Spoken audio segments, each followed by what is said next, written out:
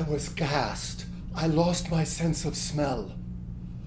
I heard my father, Wilhelm Edward Kantorowicz, speak of his war experiences 3 times in his life. The first time was when my mother, forgetting, passed him a bottle of milk to sniff to see if it was sour. His explanation about not being able to smell was matter of fact, every day. Old enough to be my grandfather, my father participated in World War I, the Great War, the war to end all wars. I say participated because it's hard for me to imagine my social worker father fighting anyone.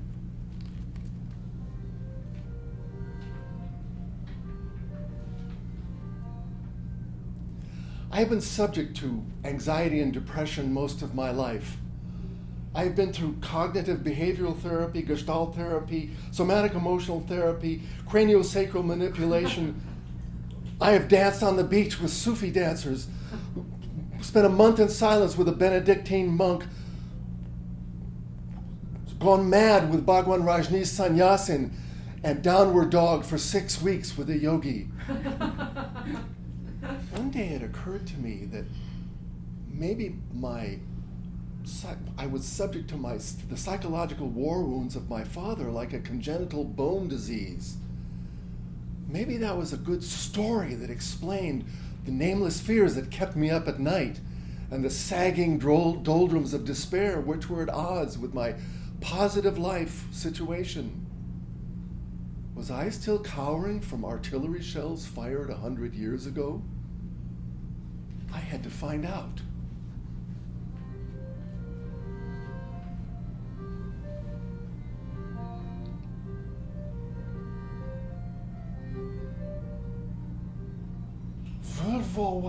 World War number one. That was my Oma, my grandmother. That's how she lilted it.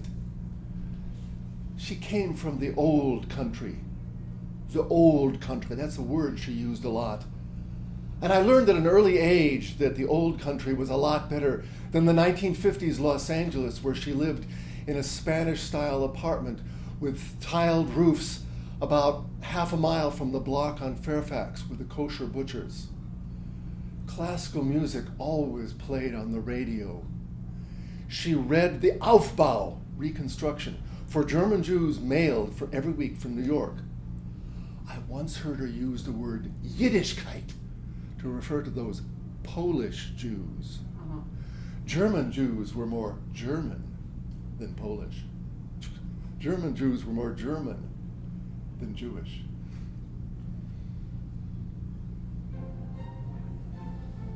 The old country, that's the way it was then, but before 1899, when we heard that Johann Strauss had died, we didn't have a funeral in our little town. We had a ball. It was an outdoor ball. A band played in the Schillerplatz. The trumpets and flutes shone in the sunlight. Oh, and we danced and danced and danced and danced. Oh, but your grandfather was never a very good dancer. At that time, young ladies could only study French, English, Italian, and history of art, but only in the living rooms of the very best families. We didn't go to synagogue. I thought it was better to take the boys for a walk in the country. We would sit down by the canal, and I would ask them to tell me how many bird songs they could hear. Then after our lunch, I told them to be ever so quiet so we could see the difference between the waves made by the carp and the waves made by the eel. There are different kinds of waves, nicht wahr?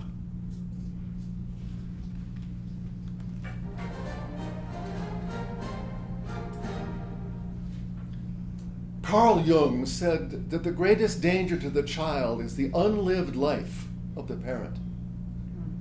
Your father saw unspeakable horrors in his early age. At a certain date, he just stopped living. Oh, come on. He was just a normal guy with 2 kids, wife, and a dog in the 1950s.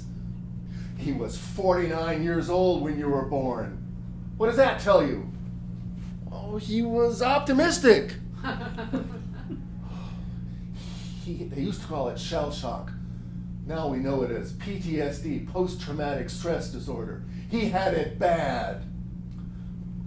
Look, all right, maybe he compensated, but his insurance business was a front for his own personal social welfare agencies. African Americans, Chicanos, Eastern European immigrants, anybody who needed a form to fill out or couldn't read, they came to Bill Kent. Well, whoop-de-doo. He was compassionate. Did he bring it home with him? Well, isn't that the natural response to human suffering? Oh, then there were those pills he took to calm down the anxiety. Your mother really gave him a hard time for that. Miltone. Oh, he didn't take that many of them. You are in such denial. I am not.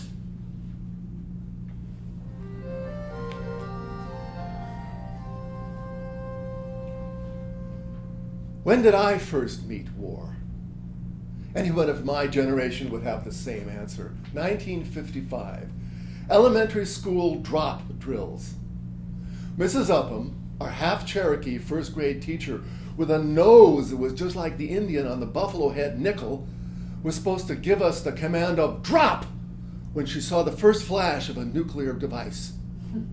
We were then supposed to get, as fast as we can, get down under our desks with our heads over our heads, and wait. Of course, when the shock wave hit our school, we'd be protected from our little desks so that whoever was still alive could pull us from the rubble. And then there were these hall drills at a special bell signal. We'd go out into the halls and take that same position and wait and wait. Oh, what a relief. Back in the classroom, I made a drawing of some little lollipop trees, all in gray. What kind of trees are those, Roger? Mrs. Upham asked. Oh, those aren't trees. Those are the clouds made by the bombs. Oh, you have too much imagination, Roger. Imagine that.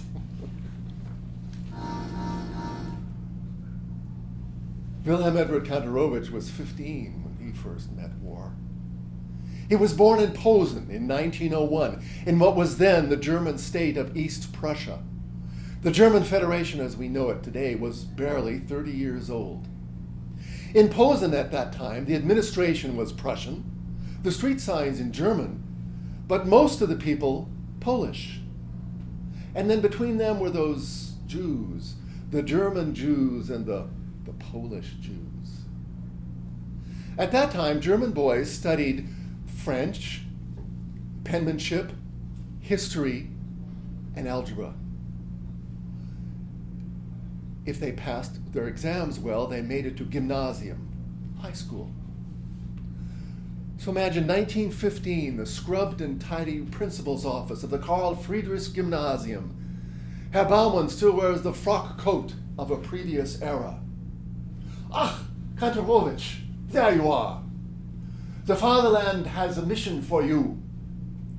Sergeant Muller needs help translating for the French prisoners of war who are working on our roads, and you have the best marks in French.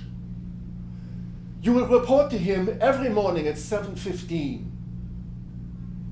And that is all. Oh, Kantorowicz, I do expect you to keep up with your schoolwork. So I imagined Wilhelm, legs dangling off the back of a horse cart. Poor Sergeant Muller, barely able to fit into the ancient uniform of the Home Guard, hardly able to manage the horse cart. They come upon a platoon of bedraggled men lounging on shovels. Hey, Jackie, regarde, le nouveau gardien! The new guard. Oh, Alphonse, ils sont toujours plus petits! Alphonse, they're getting smaller and smaller. Bon, alors, je m'appelle Wilhelm. My name is Wilhelm. Just like the Kaiser. I'm here to help you translate what Sergeant Muller is telling you. Now, apparently you don't understand about getting those rocks from the quarry over here to the road. these rocks are very heavy. Of course they are. These rocks are German rocks. And German rocks are heavier than French rocks. Alphonse, this guy's quicker than you are. The wagon that was supposed to take my father back home was late that evening. He joined them in their meager rations, and they passed around a rusty tin can that was filled with water from an old gasoline tank. They toasted to liberté, fraternité, and equalité, and compared vintages from the 1901 Chateau Lafite Rothschild to the 1905. My father really got on with these guys. For the first time in his life, he had an experience to connect to the words joie de vivre. But eventually, several months of this doing double duty, road crew by day and keeping up with his studies at night, really got to him. Oma was really concerned. Hey, Captain Robert, you like eating them frog legs? Hey, I heard his mama tried to get him out of war work. Hey, those froggies will jump away from our troops every day, Kantarovich. You hang out with them cowards. Alphonse soon died of dysentery. My father helped make the special arrangements to get a letter home to his family. So before he went to the war came to him.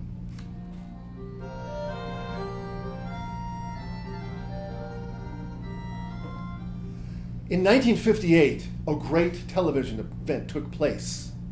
A fictional account of nuclear warfare right on our shores, brought to you by Chevrolet. See the USA in your Chevrolet. You know, before it gets blown up. A rural family in Iowa watched Des Moines getting nuked in the distance. Their son, a young boy about my age, was blinded by the flash. They ran to the supermarket, but the cupboards were bare, having been ransacked by a panicked crowd. They tried to get news on a transistor radio. Remember transistor radios? Uh-huh. But none of the channels were broadcasting. This is the Cold War, kiddies. It can turn hot at any moment. Keep your eyes peeled for that nuclear flash. But keep your eyes closed, don't even blink. You don't want to get blinded like that kid. Why doesn't your family have a bomb shelter?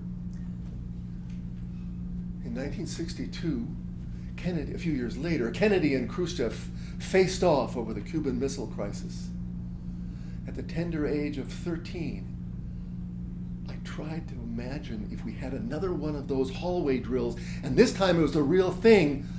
I tried to persuade Chrissy Elkins to step into the broom closet with me so we could make love once and for all. Shortly after that, when we were just starting Mr. Ikeda's fifth period science class, Jerry Crawford overheard a bunch of us talking. I'll tell you what I saw. This sailor pulled up in a Jeep and came out and ran into the principal's office. Ellen Maddow was there. She told me the whole thing. The principal was arguing with the sailor. The sailor was saying the president wanted us to go home to our parents so we could be incinerated with them and not with our teachers at school.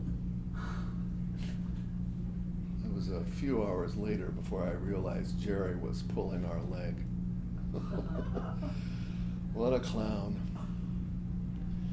A few years later, he was the only Vietnam casualty I actually knew by name.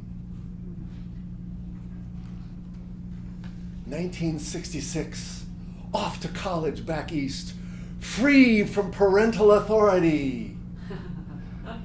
Free to smoke dope, a lot of dope, all I could want.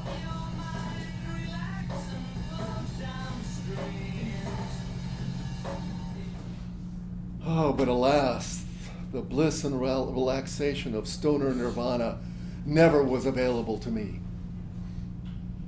And then one day I got stopped and searched in New York City with a kilo of marijuana in a paper bag in the back seat of my car that went undetected. That should have cured me. Well, to ground myself, I got into Hatha Yoga. This was long before the Vedic incorporation of Yoga International into Shopping Mall America. There he is, Swami Gitananda, with whom I spent that retreat. He was Indian, but had spent 10 years in America. He was also a doctor. He was a psychiatrist for the CIA. No joke. At 65 years old, he could put both of his feet behind his neck and roll around on the ground, all 250 pounds of him, like a daruma. If you don't know what daruma is, that Japanese child's doll with a round bottom. You push it over, and it comes back. You push it over, and it comes back.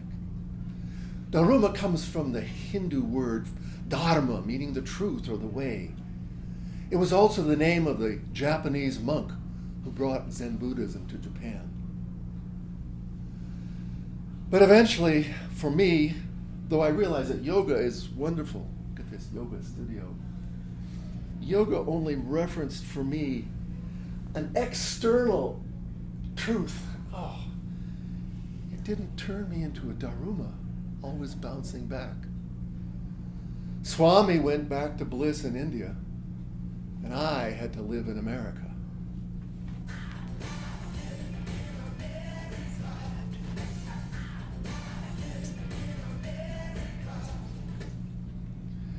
Sometime after his more benign consorting with the enemy, Wilhelm Kantorowicz became Private Kantorowicz.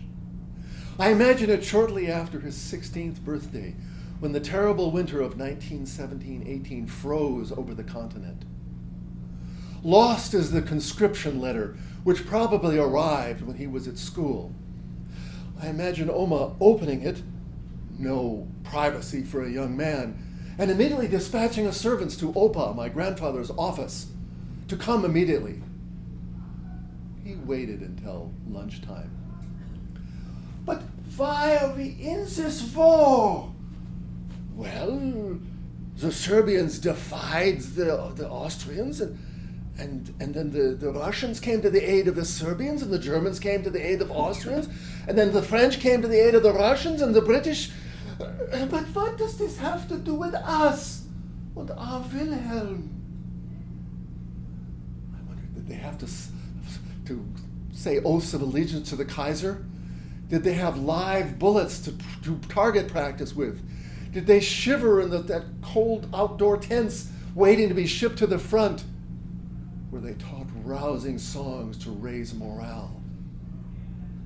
I wish I were there to tell him, don't go. Please don't. No, hell no, don't go, damn it.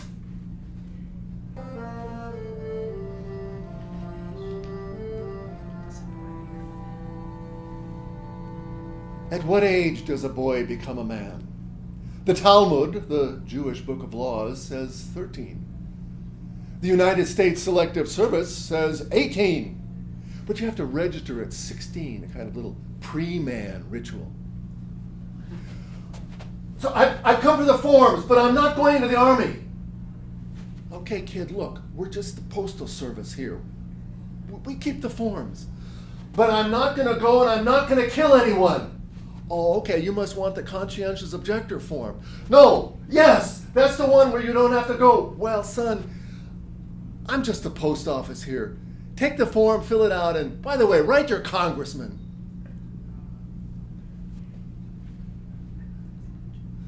My mother was not Jewish, and therefore, by that same Talmudic law, I am not Jewish. I was raised every Sunday in the Hollywood Church of Religious Science, a kind of New Age, positive thinking first cousin of Christian Science. The minister of that church began his religious life as a Southern Baptist. He laced his sermons with tales of enlistment in the Army Air Corps in 1915. I mention the enlistment part because I don't ever remember hearing anything about his soaring up, and away over enemy lines. I mount the steps toward Dr. Bitzer's office. I knock and enter. He sits behind his desk and doesn't get up. I want you to approve my conscientious objector form. Conscientious objector? Son, don't you want to defend your country? Well, I thought Jesus said, he who lives by the sword dies by the sword. Oh, son, you are so naive. The word doesn't work that way. The communists are out for world domination. Well, we argued. He reluctantly signed the form. My local draft board rejected it. A couple years later, in 1969, the Selective Service began the draft lottery. It was another televised event. They had this big plastic ball with 366 other little balls in it, one for each day of the year. I sat around in the living room with a bunch of my buddies drinking beer and whatever else. They started with the high numbers. We had a sheet on the wall with everybody's birth date on it. April 12th, 316, Josh Freeman, that's a high number, great! The night went on. August 10th, Paul Mayfield, 216, great! Could be better though. We waited. My number wasn't called. Finally, toward 11 o'clock, June 30th, number 14. Oh, what was I going to do? Was I going to go to Canada? Was I going to go to jail? Would I change my name and go underground? Would I be a refugee in a foreign land? Between my minister's cold shoulder and my low draft number, I rejected the idea of a childhood notion of a personal God and set sail for the chilly seas of adulthood.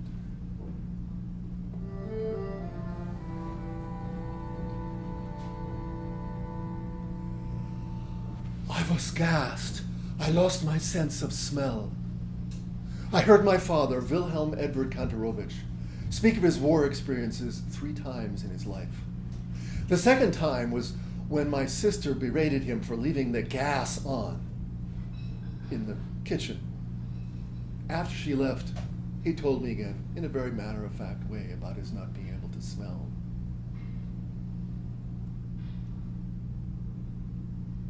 In my junior year of college, when I came home, my mother pleaded to me, "He wants to talk to you."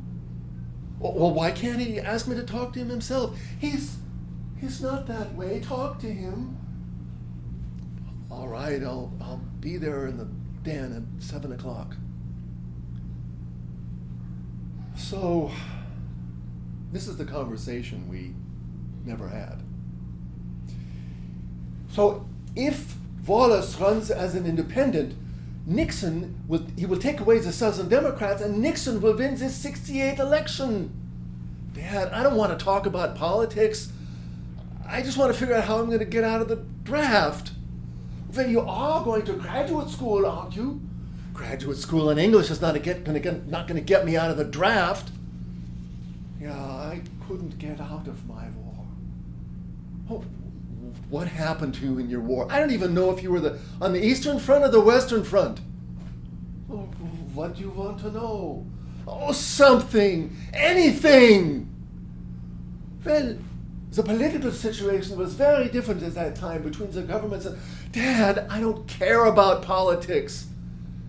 Help me to figure out what to do about the draft. Well, there are some decisions every man must make for himself. To calm myself down, I was initiated into transcendental meditation. For those of you who don't know, TM was popularized because the Beatles did it, but they had a falling out with the guru. So one bright May morning, I was told to bring a flower, and I reported to a nondescript building with 12 folding chairs and 12 other people in them. And we listened to a very New England looking man with a clean-cut haircut, no facial hair, and a perfect tie. He looked like a fashion model. We will go into the next room. You will give me your flower. I will offer your flower to the guru, and then I will give you your mantra. You are not to share your mantra with anyone else. I figured if you hung out with the guru long enough, you started to pick up his inflections. If I did this kind of meditation, would I start talking like that? Hey, would I look like that guy? The first time I did TM was very relaxing. And the second time, and the third time, and the 752nd time, I did TM exactingly for 2 years, 3 months, and 16 days. I found park benches, church pews, toilet stalls, even the back room of a bar with a beer as a prop. TM works. It calms you down. It lowers your heart rate and your blood pressure. They even taught TM to soldiers in the early 70s. You could believe in anything or not believe in anything at all and still do this kind of meditation. Herbert Benson at the Harvard Medical School did some research and discovered what they call the relaxation response. You could use any word. You could use Mickey Mouse as long as you did it twice a day for 20 minutes. It had the same physiological effects and chilled you out. Of course, I realized that growing up in the Cold War, I didn't think I could plan ahead for 2 weeks at a time. Every day was tentative. I needed something to calm me down, and I'd take this meditation any day so I wouldn't be cowering after that nuclear sneak attack. In 1921, Wilhelm took a boat for New York, first class, avoiding the immigration humiliation of Ellis Island. I think he must have started using the half-Royal name of Kent at that time. He strode down the gangplank right into the Jazz Age.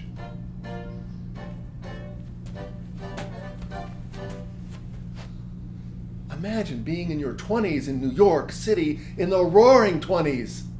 I can't even imagine my father doing the Charleston.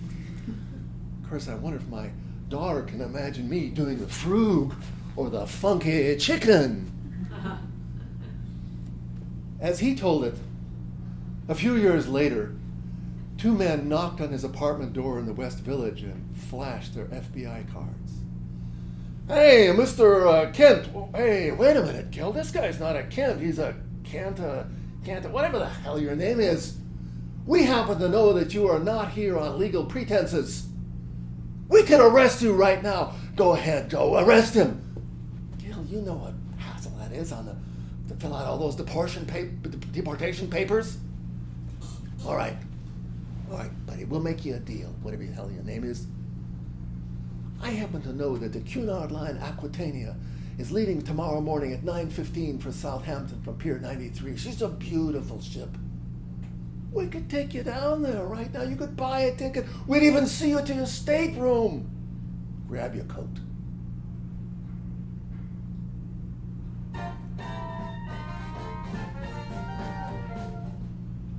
So life can change quickly.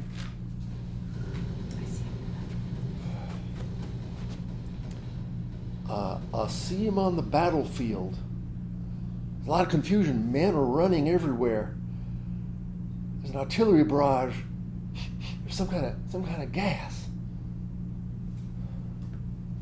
In order to get to the bottom of my father's story, I went to see Marvin, a psychic. He was a retired special education teacher from Arkansas. He worked out of his suburban living room, which was full of artwork that his special kids had given him over the years. Yeah, he's running into some gas. It's poison gas.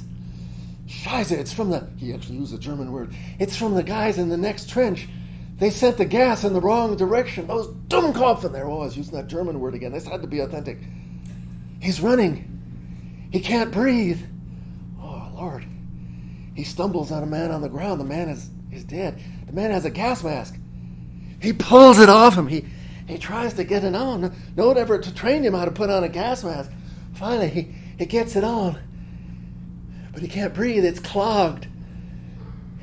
He passes out.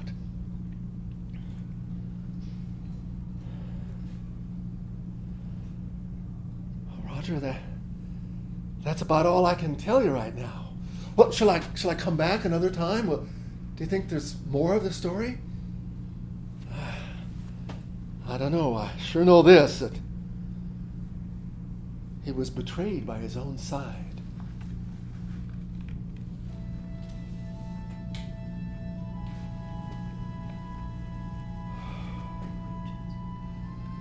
I quit TM. I felt I was hypnotizing myself. I realized I wanted to meet life head on without drugs or mantras as drugs.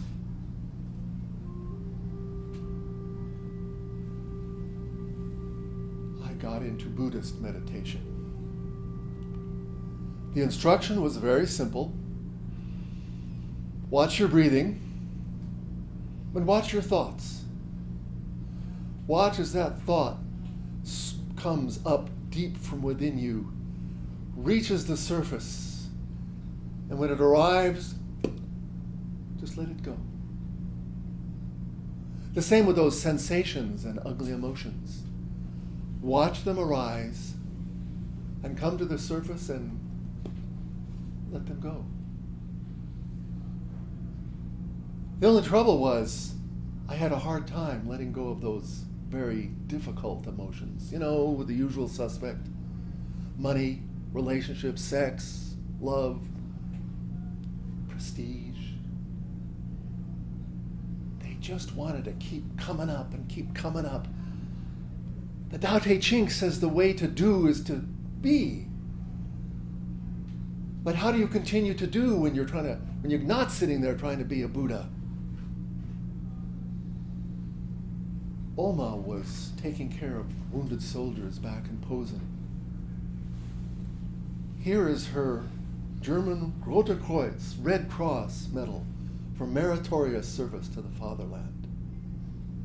What could she tell little brother Peter, 12, still playing with guns and hoping he too could grow up and get conscripted? She asks a soldier whose wounds she is dressing, "Were you in the unit from Central Posen? Where were you when you were wounded? Maybe you know my son Wilhelm. If he were wounded, they would send a letter, wouldn't they? If he were killed, they would send somebody to my house, wouldn't they? He's 1'7", 1'8". I told him to be careful."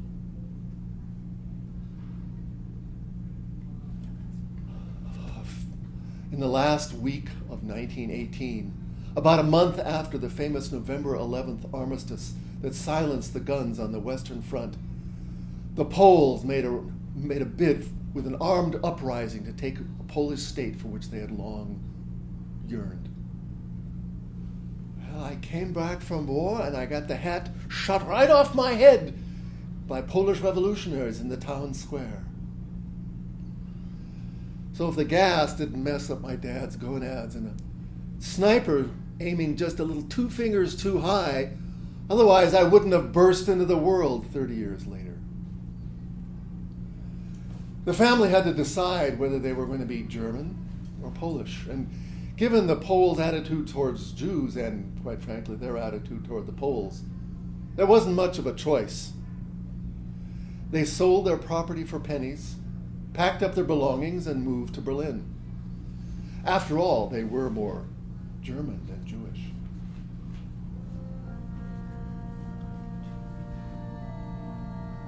In 1970, I packed up my belongings and left the college town of Ithaca, New York, to seek my fortune in the wide, wide world.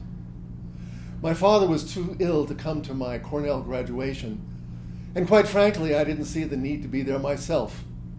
My reward for graduating college was the loss of my student deferment from the military. So a month later, there I was in Boston, breading cod and frying shrimp in a fish restaurant, when this selective service caught up with me. I got an invitation to report to my Army physical exam.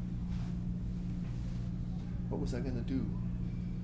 Was this going to be my chance to lead my troops over the top? So one balmy summer morning, with the salt sea in my nostrils, I strode into the Boston Navy Yard with a stack of leaflets rubber banded to my legs and a box of pins stuffed in my crotch. Listen up, gentlemen. Today is the first day of the process of your serving your country. Sergeant, yes, son. Is killing Vietnamese children serving my country? Shut up, son. I'm warning you. Now, Corporal Morales is passing out some forms and he's got some pencils. Sir? Yes, son. My paper's upside down. Son, come up here! Sergeant? Are we in the Army yet? No. Well, can you order us around? The sergeant was so pissed, he left the room, probably for reinforcements. Hey, guys, listen up. I've got these flyers here that explain all your options to the military. You don't have to go to jail. You don't have to go to Canada. But you gotta know your options. And also, I've got these pins here. Just take them, one to a customer, prick your finger, and put as much blood as you can in your urine. You will not look like a healthy man. The sergeant came back in the room by himself, calmed down. And he ordered us to line up against the wall and file into the gauntlet that was the Army physical exam. I told the eye doctor I couldn't read. Well, do the best you can, he said. H-E-L-L space N-O. Next, the other eye. W-E space W-O-N apostrophe T. Next! Well, I fell over on the balance test and I made a bloody mess of my urine specimen. Eventually, I reached the final doctor. So pull down your drawers, son, and I'm going to give you a hernia exam. Don't touch my balls! Well, son, if you want to be in the Army, you have to have a hernia exam. I don't want to be in the Army. I don't want to kill people. I love humanity too much. Oh, you're a queer, are you? Well, I'll tell you, I'll fuck anything on two legs. I couldn't make this up. And I forgot to ask him about chimpanzees. We stared each other down. I pulled a letter from my back pocket from my pediatrician who said that I had asthma. I tried to wheeze a little. He looked at it, grunted, and marked 4F on my form and told me to get the hell out of there. 4F meant that I was exempt from military service. I was free to live in America. I didn't have to go to Canada. I didn't have to go to jail. But I wanted to get out, but not this way. It felt, frankly, cowardly. What would I tell my son? Later that night, I went out and danced to the African drumming, shirtless in Inman Square, with a stack of six-packs all the way up to my shoulder, sharing them with anybody. Yes, I live in America. The spiritual fairy tale books tell of fabled Zen masters who whack you over the head if you fall asleep in meditation. Okay, maybe you have to be awake to wake up. But it occurred to me that this kind of vigilance was like a tough snake. You could be awake to the sky, you could be awake to the trees, you could be awake to the creek, but the trees weren't smiling, the brook wasn't laughing. Eventually, it occurred to me that bringing in the heart had to be part of the program. Encountering compassion and forgiveness for all sentient beings. But then I realized that had to include dictators, rapists, eco-criminals. I realized I had to start small. I mean, forgiving my friends was hard enough. What forgiving myself, forget it.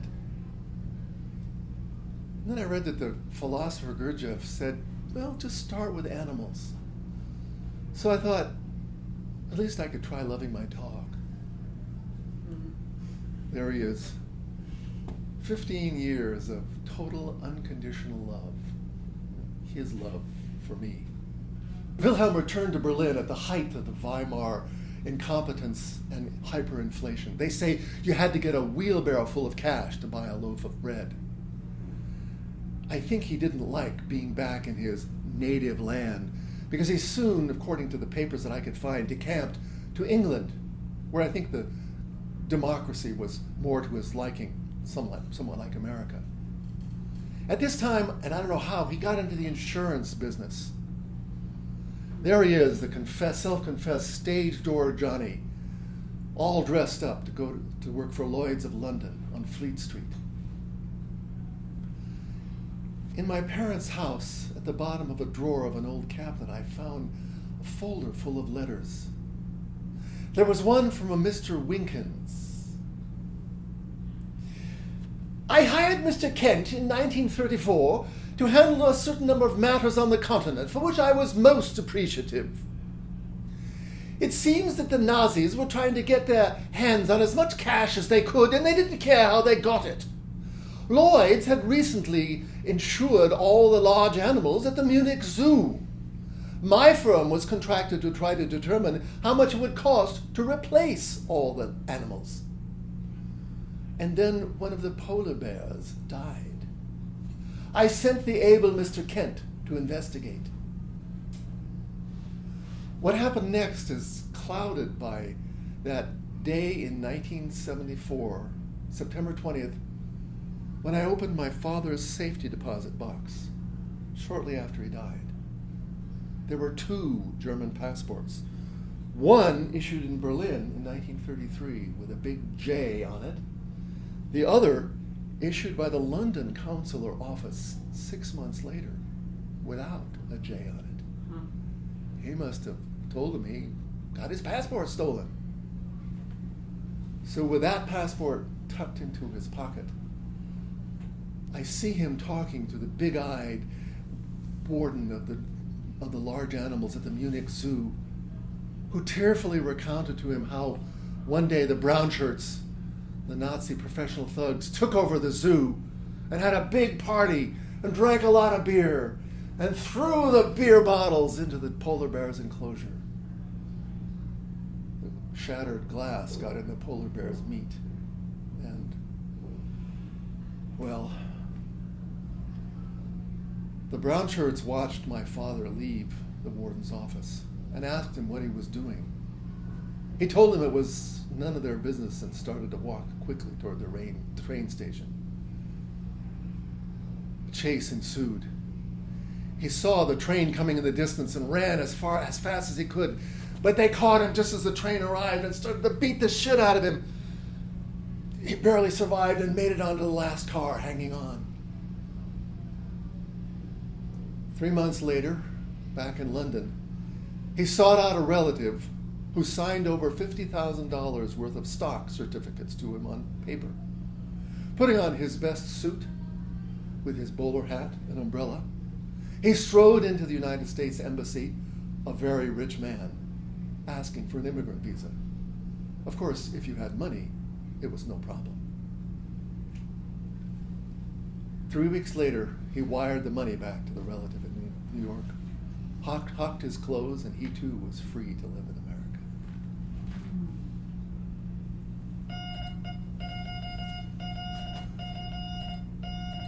War apparently today seems inevitable. Chancellor Hitler has just signed a non-aggression treaty with Stalin. Poland is caught in the middle. That was August 23rd, 1939, the day my parents got married. Their honeymoon was from Los Angeles to San Francisco, up Highway 1.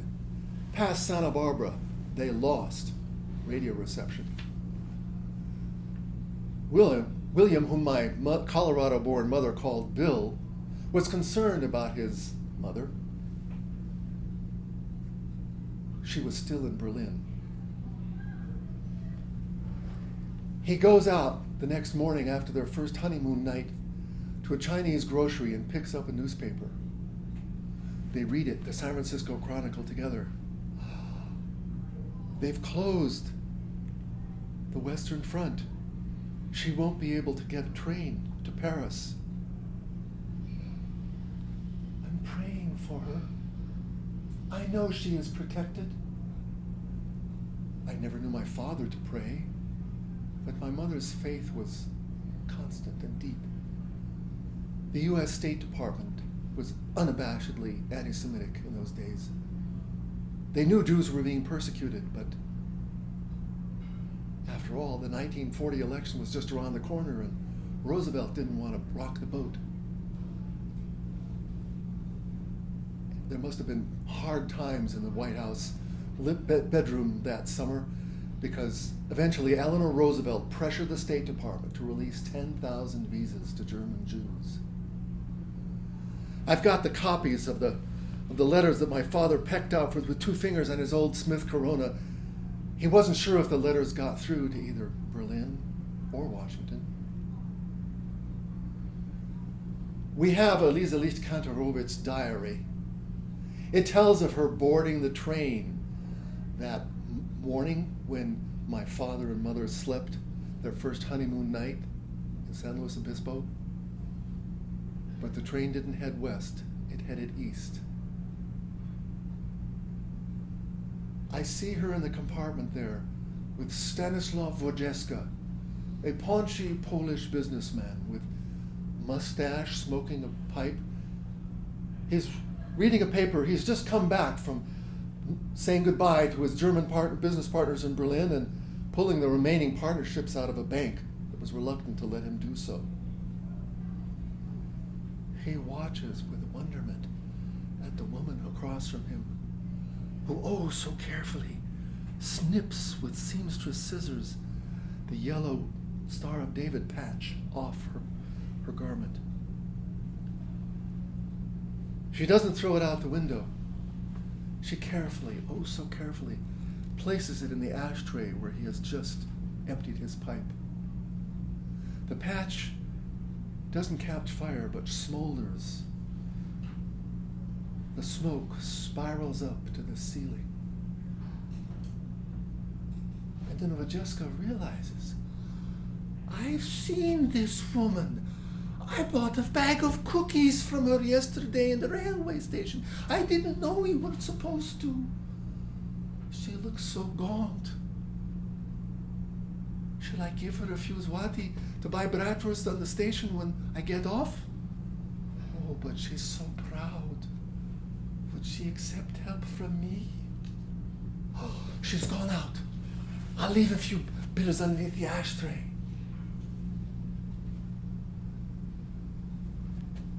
Oma's diary tells of a painfully slow trip, shunting on and off sidetracks, stopping and starting in stations, a journey that normally would have taken 2 days, taking 6. On August 31st, there's a very simple one-line entry. Twilight, the train passes into Russia. At 4 a.m. the next morning, the Wehrmacht blitzkriegs into Poland. So, that's it.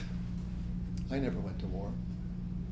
Well, that's not quite true. I went to war one day for peace.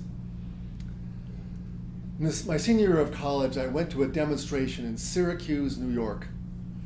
I thought it was, just going to be another one of those protests, but the organizers had other ideas. We were going to do a sit-down in front of this induction center that had a bus with newly minted army recruits off to their first tour of duty. Was I going to take a stand? Was I going to sit down? What if the cops started swinging billy clubs? What if it got ugly? I decided this was my moment, whatever was going to happen. I walked forward and sat down. I still remember that rough asphalt on my butt. It was warm, it was soft. The cops were not violent. They were politely asking each of us if we wanted to move, and when they didn't, asked us to stand up and walk with them into a bus, just like the ones that the recruits were in. I thought I maybe would go limp, but I decided, I'd made my statement, I might as well pay for it. Those 2 hours in the jail cell were remarkably peaceful. It was a personal piece for a personal act.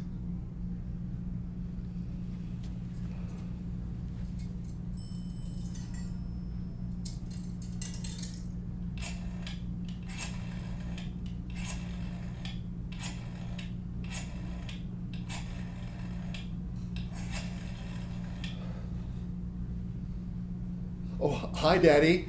Oh, not much. How about you? I went to a demonstration today in Syracuse. I got arrested. Well, there were 145 of us.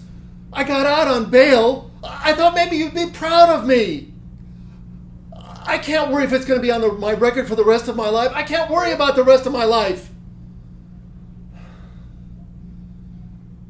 When you're 21, you think you're going to live forever. All you're interested in what's happening now. Maybe that's what life is really about anyway.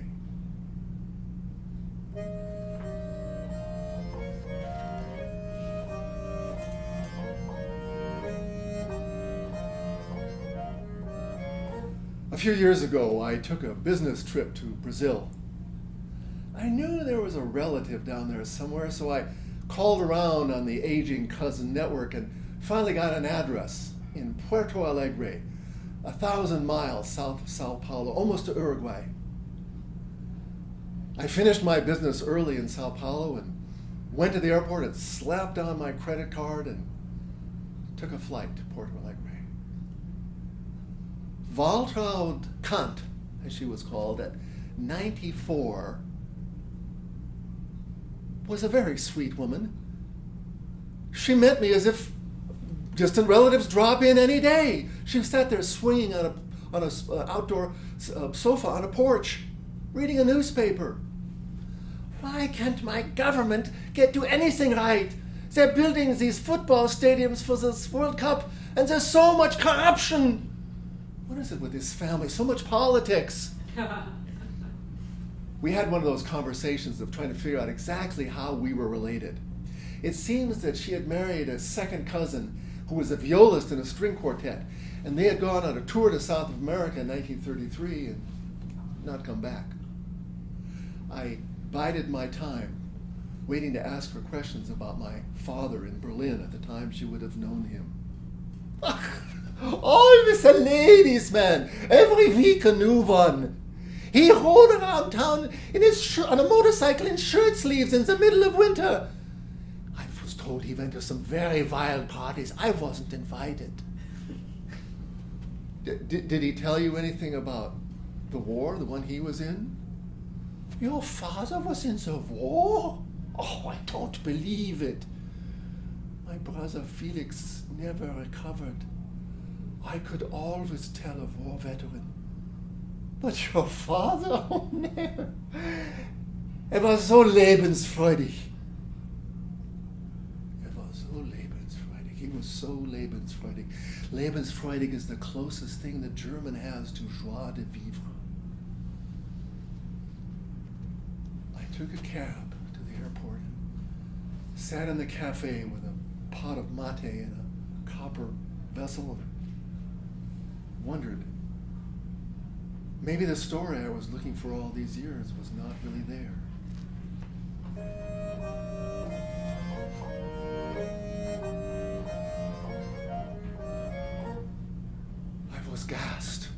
I lost my sense of smell. My father, Wilhelm Edward Kantorowicz, spoke of his wartime experiences 3 times in his life. The last time was when we were hauling grass clippings out of the garden. I stopped to sniff a lemon tree that had burst into bloom. "Oh, Dad, get a load of this." Then I remembered. But he explained again anyway. At that time I realized that my father had a silent disability, but maybe it was just only his inability to smell. It's a miracle my Oma got on the Trans-Siberian Railway across Russia, from Vladivostok to Osaka and Osaka to Los Angeles. It's a miracle, given what happened to my father, that I was even born. But then it's a miracle that any of us were born. It finally came to me in the search to heal my psychological and spiritual disconnect that I had forgotten the G word. That guy. But, it's still hard to imagine that Old Testament guy with whom we've got to have a special relationship, pulling all the shots. I prefer what the poet Rumi calls him, the friend. That's the kind of relationship I want. Look, here's what I've understood. There's coming into the now, feeling your butt on the chair, feeling your feet on the ground, noticing the light that's coming through the skylight, being present. But then there is also this greater now. This greater now that includes the past, the future, and all the causality that gets stuck into the present.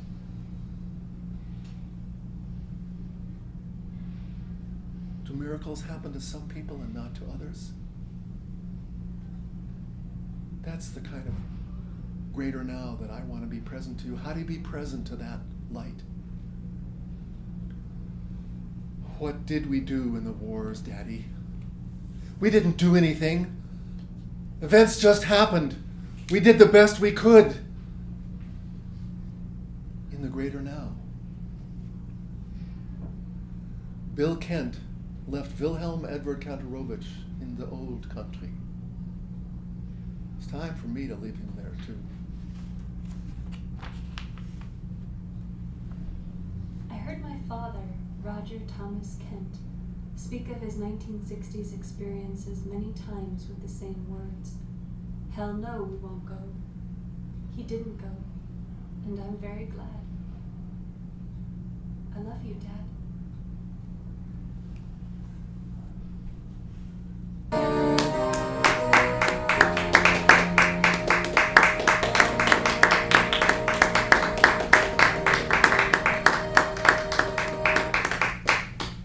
Thank you for coming. I tell you to stay for the next shows, but the festival is almost over. I have a wonderful postlude, but I don't have time because the next show is going to come in, right? Oh, I do? I've got 10 minutes?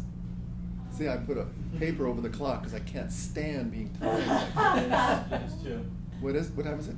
It's 2 o'clock. It's 2 o'clock. Well, if I may indulge you, Elizabeth, my wife, and I went to Germany in 1986. She was trying to audition for the German opera companies. And we ended up working for the U.S. military. I call it burning off my 60s karma. It took 7 years. You can't imagine what it's like pulling up to an army base outside Stuttgart in an old Mercedes-Benz that's belching fumes. And there is a 5'2" African-American woman in fatigues and big jackboots holding an M16, asking to see your passport. Well, I ended up helping Army people learn those things called computers, MS-DOS, and WordPerfect. One day, they'd asked me to teach Textverarbeitung, word processing in German, to German employees of the U.S. military. It was a U.S. holiday, and Germans had to come into work. Well, someone brought another transistor radio, and at 10 o'clock they were listening to the news. I thought nothing of it. At 12 o'clock, we were all gathered around it. It was the day the wall went down. We couldn't finish the class. Everybody was stunned. I remember driving home on a road that was a detour and watching the faces of everybody as aghast as they couldn't believe it. I was so crazy, I wanted to call my aunt, the only one still alive, and say, "We can go back to Berlin now!" In Stuttgart, we had dinner with some friends, and then we went out and saw Batman. A couple of years later, I was working at the headquarters of the United States military in Europe when we heard this news story about this place called Kuwait. The next day, that place turned into a triple defended armed camp, more than it ever was before. The helicopters came down on the football field in the center of the base, and you could tell that big shots were there because they had these personal security guards, and the personal security guards in the army don't dress in uniform, they dress in poorly fitting polyester suits because their muscles are bulging out. So I heard this poor soldier talking to another, and he said, "It looks like there's going to be a war. I didn't sign up for this." Well, since I was an adjunct lecturer, all of my students went away to the Gulf, and I didn't have any income. And I had a daughter who was 6 months old. Well, I tried to work in Germany, but I couldn't get a work permit. You see, my lawyer that I went to said that my father had denied his German citizenship. Yeah, good idea that he did. So I went off to Switzerland one day and sat in a post office with large phone books trying to cold call to see if anyone needed a computer trainer. And after 2 days, I got a hit. So the next day, I drove down to Basel, Switzerland, on the Rhine, right on the border, and I'm pulling into the border station, and I realize I don't have my passport. So I pull over and I ask the Swiss guys, "Look, I've got this U.S. identity card, and it says that I have the rank of a major on it. Can I go through?" "Oh, yeah, no problem," the Swiss, "But you better talk to the German guy." So I went over to the German side, and they said, 35 marks a day pass. Okay, I'll take it. Well, I ended up working in Basel, both part-time and eventually full-time on a number of projects so that we could have enough money to get back to the U.S. But since I had to register at these hotels every day, there wasn't Airbnb, I was concerned that the police, who picked up the registration cards every day, would kind of notice a pattern. So I slunk around just like one of those refugees, a digital wetback. Fortunately, I found a little apartment eventually and hid out for the rest of the winter.